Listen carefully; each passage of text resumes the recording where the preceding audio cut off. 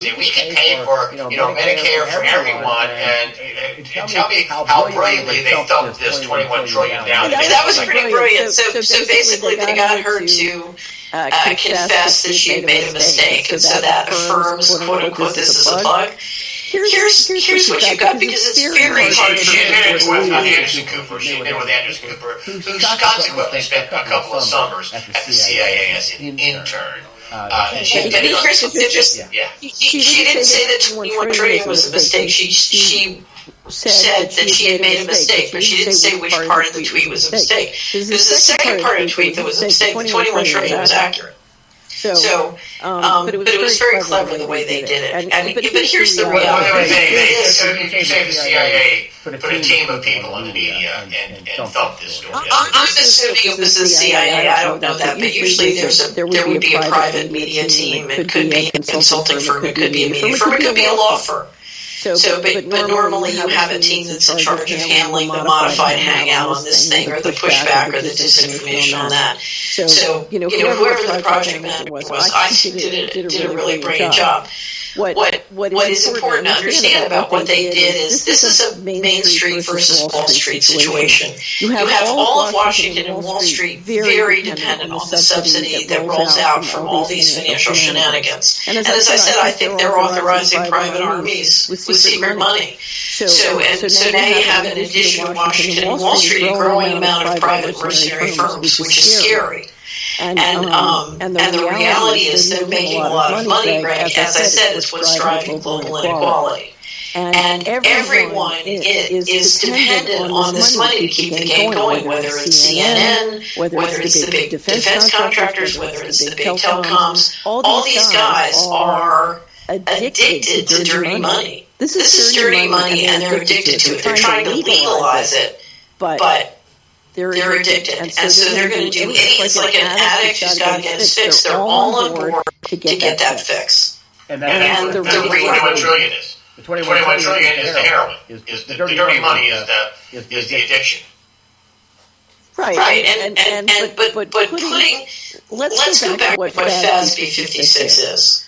What they did was instead of creating a bailout, they created a structure where you could do a bailout every day, 24/7.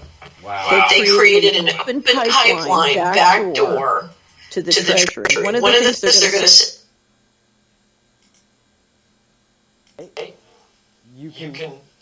release the vessel, right? All right. Bring a bond. Write a bond.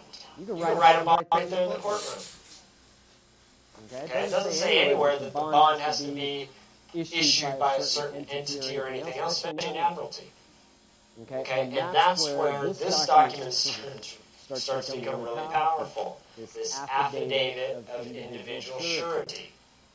Because this starts to connect those documents that up until now we haven't been able to have much force and effect with if you didn't understand them. Some people can walk into a court with their own homemade bond and have no problem. But people who go on the internet and print out a bond that somebody made, they have no understanding what it is or how it works, and they try to give it to the court to get out of whatever they're doing. Surprise, surprise, it doesn't seem to work. Because they don't even know what they're doing. They've heard somewhere, hey, if I just produce a bond, all my problems will go away. Not necessarily. You have to understand the nature of the bond. You have to understand the nature of admiralty. Okay? The words surety and guarantor are often used indiscriminately as synonymous terms. But while a surety and a guarantor have this in common, that they are both bound for another person, yet there are points of difference between them which should be carefully noted. A surety is usually bound with his principal by the same instrument, executed at the same time and on the same consideration. He is an original promisor and debtor from the beginning and is held ordinarily to know every default for this principle. Usually the surety will not be discharged, either by the mere indulgence of the creditor to the principal or by want of notice of the default of the principal, no matter how much he may be injured thereby. On the other hand, the contract of the guarantor is his own separate undertaking in which the principal does not join. It is usually entered into before or after that of the principal and is often founded on a separate consideration from that supporting the contract of the principal. So, a guarantor, anyone ever had to get a loan cosign? Would that be a surety or a guarantor? Guarantor, huh? Okay. A surety, in the broad sense, is one who is liable for the debt or obligation of another, whether primarily or secondarily, conditionally or unconditionally. In other words, the term surety includes anyone who is bound on an obligation which, as between himself and another person who is bound to the obligee for the obligations. By such terminology, guarantors and endorsers, I-endorsers. Okay, there's an important distinction between endorsement and endorsement. And if you, how many of you have started reading the UCC, Uniform Commercial Code? You notice how the UCC is very explicit. They use IN intentionally all over the UCC. Remember we were talking last week about quantum language, or a couple weeks ago? We talked about quantum language, right? In. Could be a preposition, right? Could be an adverb, could be an adjective. Could be a noun even. That's all from the dictionary. Okay?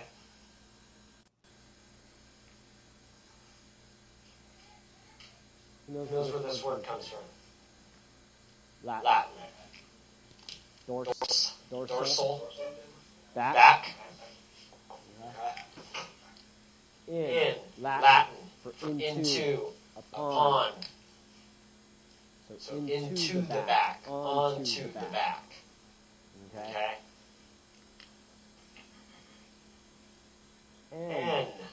Endorse. Okay? Back, right? Anyone know the Latin meaning of end?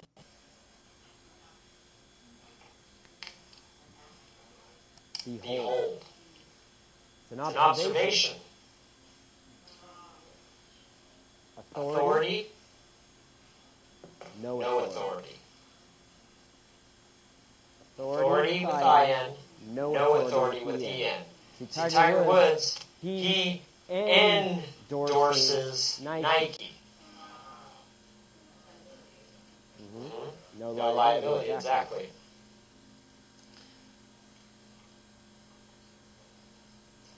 Okay, where do we leave off here? Okay,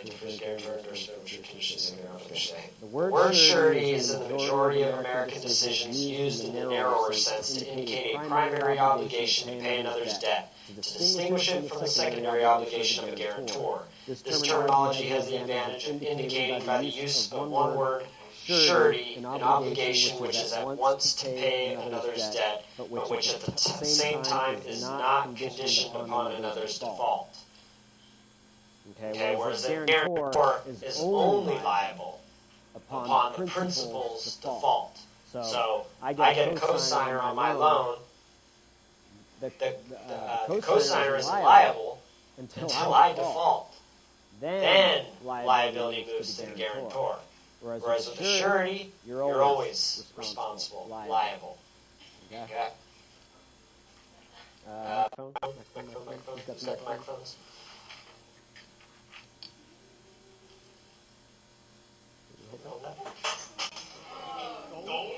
Somebody's buying a meeting microphone.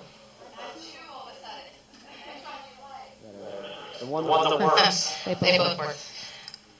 So this thought just popped into my mind then right now as far as us. Did England then, in a sense, co-sign for us to pay them back, and when and if we should never pay them back, then would we be liable? But it seems to me that we've been attempting to pay them back this whole time. When did they sign on as guarantors? Well, that's what I'm asking. I guess that's the question that popped up for me right now. On the Constitution, who signed up as guarantors?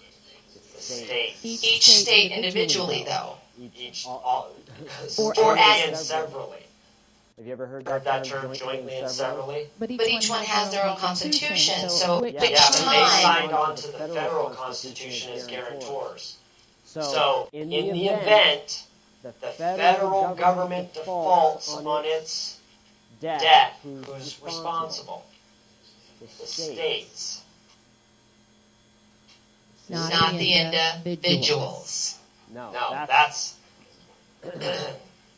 not the individuals. You mean the individuals who signed the Constitution? No, the individuals, the sovereigns in the states, the people. The people are the ones who enacted the constitutions of the individual states. Okay? The people became liable upon the default of all the states. So we're the guarantors. If the states are in debt. On everything, Right. Because in reality, a constitution creates a fiction. It's a dead entity. It has no commercial energy. Who has all the commercial energy? We do. So even at the federal level, we're the guarantors. So if the nation defaults, what happened in 1929? Well, what'd you lose? Our title. Okay, so you lost title to your property, right? So if you lost title, you no longer have legal title to your property. Okay, that's what they took away. And that's because of the default of the nation and the states and the people.